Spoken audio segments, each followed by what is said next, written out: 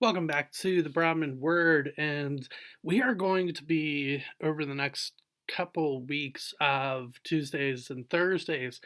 We're going to be breaking down a book that I think is, yes, about love, don't get me wrong, but I think it's also about how to experience joy in the Christian life. And that book is the book of Ruth. It is a wonderful love story, don't get me wrong, about Ruth and Boaz, or about Ruth and the love that she has for her mother in law, Naomi.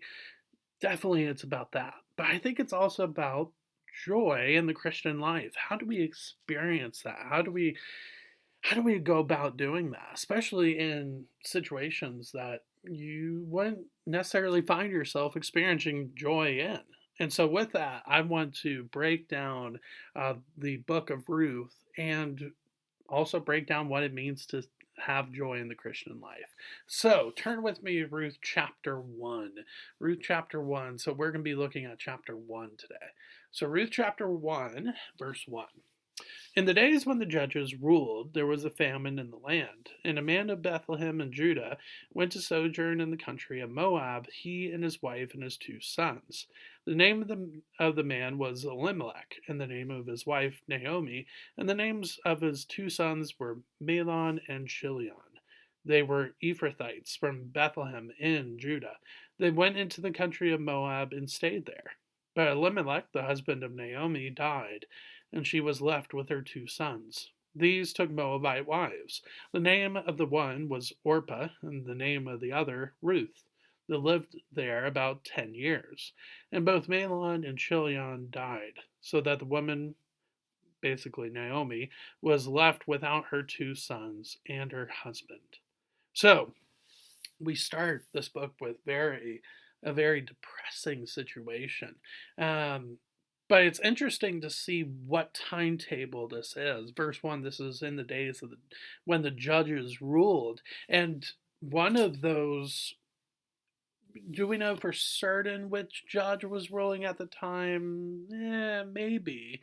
But for me, though, it's just during the time of judges. So this is before kings became a thing in Israel.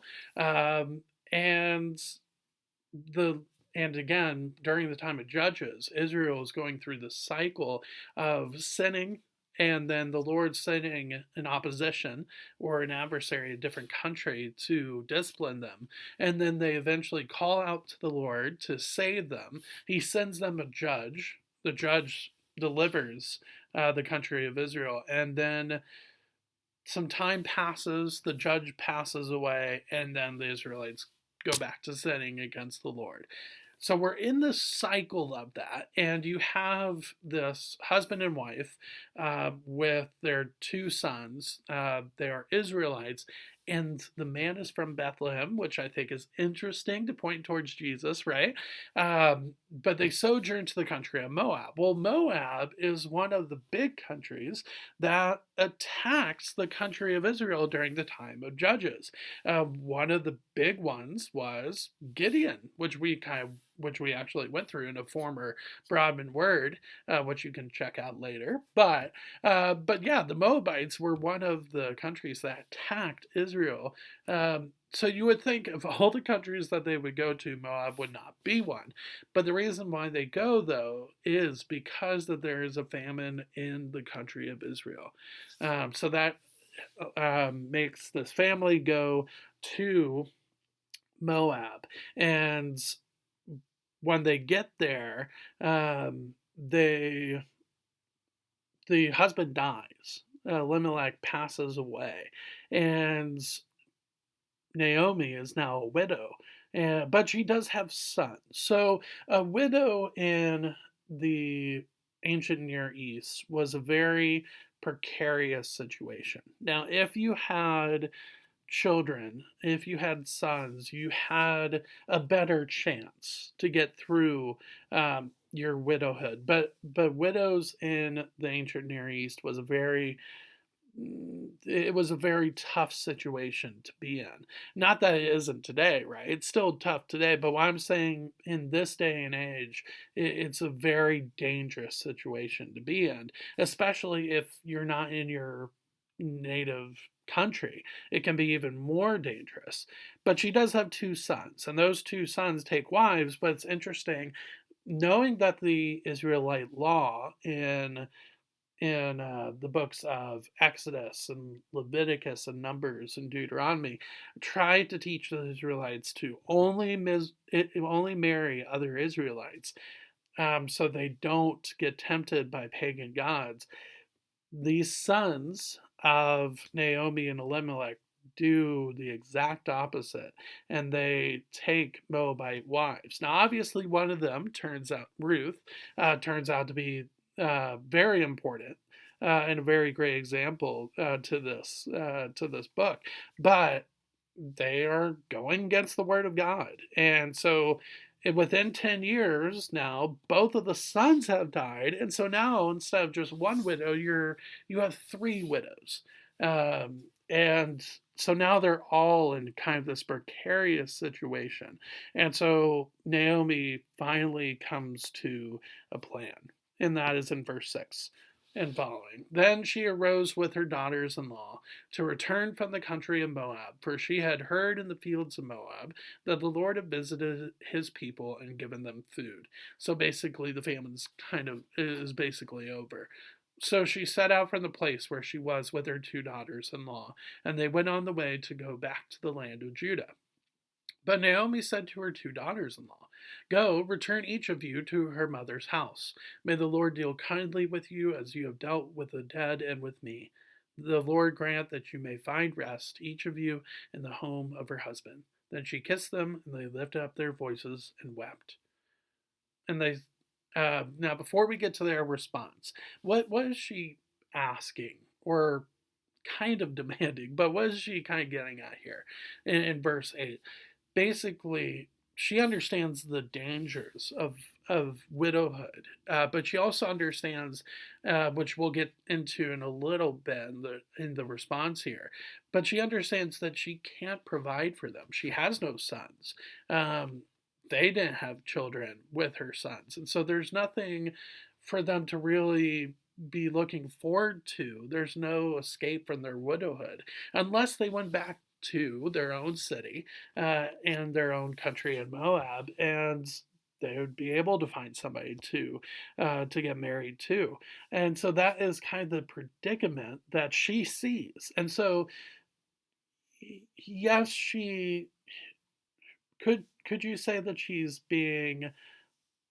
doubting the Lord? Maybe, but I think she's just seeing with common sense the situation that they're in. But now let's see the response from these two ladies. Verse 10. And they said to her, No, we will return with you to your people. But Naomi said, Turn back, my daughters. Why will you go with me? Have I yet sons in my womb that they may become your husbands? Turn back, my daughters. Go your way, for I am too old to have a husband. If I should say I have hope, even if I should have a husband this evening and should bear sons, would you therefore wait until they were grown? Would you therefore refrain from marrying? No, my daughters, for it is exceedingly bitter to me for your sake that the hand of the Lord has gone out against me. Then they lifted up their voices and wept again, and Orpah kissed her mother in law, but Ruth clung to her. So you have one that goes, Orpah, and then one that's staying at the moment, and that's Ruth. We'll get into her response in a second in verse 15. But you see the despair that is on Naomi's mind at this point. And you would think to yourself, okay, Naomi should have in her mind the fact that Lord works miracles when it comes to Sarah giving birth to Isaac at 90 years old, when it comes to barren women getting pregnant, with you have Rachel, um, you have just so many different examples, and so you would think that you would think that this would make sense. However, in my minds, again, she's looking out for her daughters-in-law. She is, and she's looking out for her daughters-in-law, But yet she makes an interesting comment here at the end of verse 13. Look at the end of verse 13. No, my daughters, for it is exceedingly bitter to me for your sake that the hand of the Lord has gone out against me. It's interesting. Is Naomi blaming the Lord here? Maybe, but I think she really quite understands the what has happened, that they left the country of the promised land going into a foreign country, especially one that attacked them possibly beforehand, the country of Moab, or would eventually attack them during the time of the judges, and and and uh and she wants to go to that place. And not only that, but she allows her sons to marry non-Israelite women. There's so many different things that are against the Lord's law. And I think she just realizes, look, I've kind of gone against the Lord.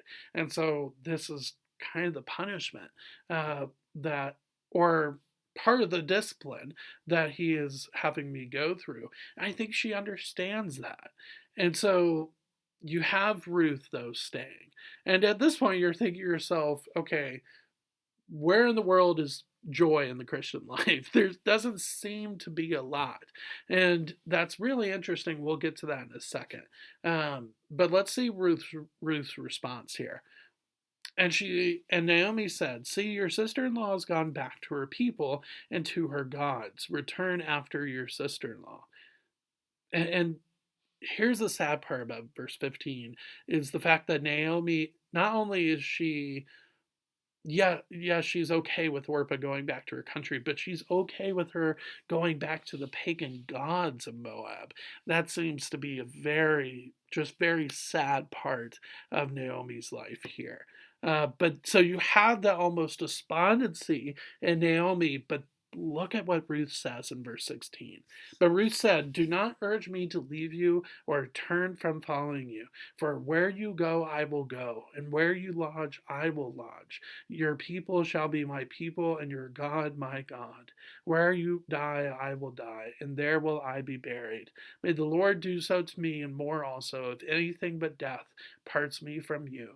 And when Naomi saw that she was determined to go with her, she said no more. What a great response by Ruth. Not only is it loyalty to Naomi, to her to her mother-in-law, which, knowing that she could possibly never have children, that she could possibly never be remarried, and yet she loves Naomi like she is her mother. And not only that, but she has fallen in love with the Lord, with Yahweh. And that is an incredible picture to see in verse 16, and your God, my God. And even then, but she understands the importance of following after the Lord in verse 17. Um, and so it's a incredible conversion story. And that's where we see joy in the Christian life, is that even at the beginning of our Christian life, we have so many things that when you become a believer that you should turn away from. And those things can be very tempting, and they can seem very important. But when you compare those things to the eternal majesty of the Lord and the eternal glory of our King, there is no comparison. And I think Ruth saw that majesty and saw that no comparison here in verses 16 and 17. And so, because of that, Naomi finally allows her to go with her back to uh, not just the tribe of Judah, but to Bethlehem as well. And that's where we get to verse 19. So the two of them went on until they came to Bethlehem. And when they came to Bethlehem, the entire town was stirred because of them. And the women said, is this Naomi? She said to them, do not call me Naomi. Call me Mara, for the Almighty has dealt very bitterly with me. I went away full, and the Lord has brought me back empty. Why call me Naomi when the Lord has testified against me, and the Almighty has brought calamity upon me? So, first off, we see the interaction between the Bethlehemites and Ruth, or the Bethlehemites and Naomi. Sorry. We have this woman that has left the promised land, that has gone to a pagan country and allowed her sons to marry pagan women, and brings one of those pagan women back to uh, her native city. And they want to continue to call her Naomi, which is her name, of course, right? But it's the meaning behind it. The name Naomi actually means pleasantness or pleasant. And she wants to be called Mara, which is basically bitter. And but she puts a lot of that on the Lord. So she doesn't want to be called Naomi because she's not pleasant in her situation, and she wants to be called Mara not because she's bitter, but because the Lord has dealt bitterly with her. And so, and so for me, it there's something about lamenting that is healthy, right? There's something about grieving that is healthy, but there's also something about lamenting and grieving that can become extremely unhealthy, and that's bitterness. And that's kind of where Naomi has gotten at.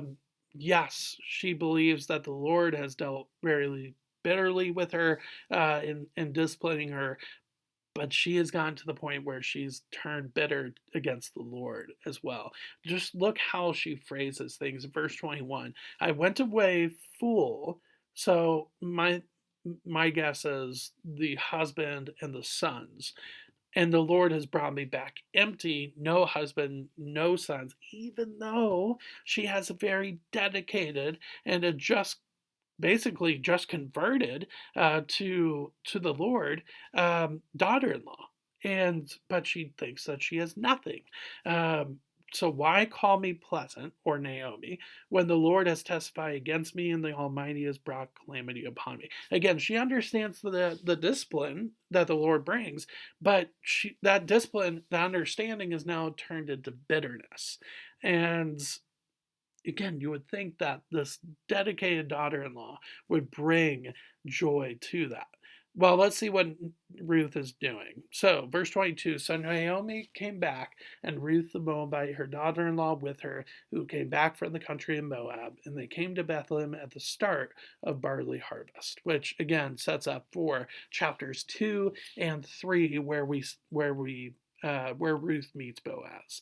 And but you have to remember too that this is a very big moment in Ruth's life where she becomes, it could be very dangerous for Ruth to go from to her own country to now a pagan country in her eyes, right? She's going to Israel, which is not her native country, and it could be very dangerous for her. Yes, she does have her mother in law, but it could be very dangerous for her. And again, they're both widows at this point, too, and so that puts them in a very precarious situation. But barley harvest is about to begin, and not only that, but she is about to meet Boaz as well. Which is a big point, not just in the love story of Ruth and Boaz, but it's a big turning point when it comes to the joy of the Christian life, which Naomi finally starts to recognize. Um, so, chapter 1 of Ruth, yes, there's the conversion of Ruth, but there's also the danger of bitterness and despair within this passage as well. But we'll see how meeting Boaz starts to change that aspect. We'll see that on Thursday. However, I'll see you tomorrow with Broadman Word as well. Thanks.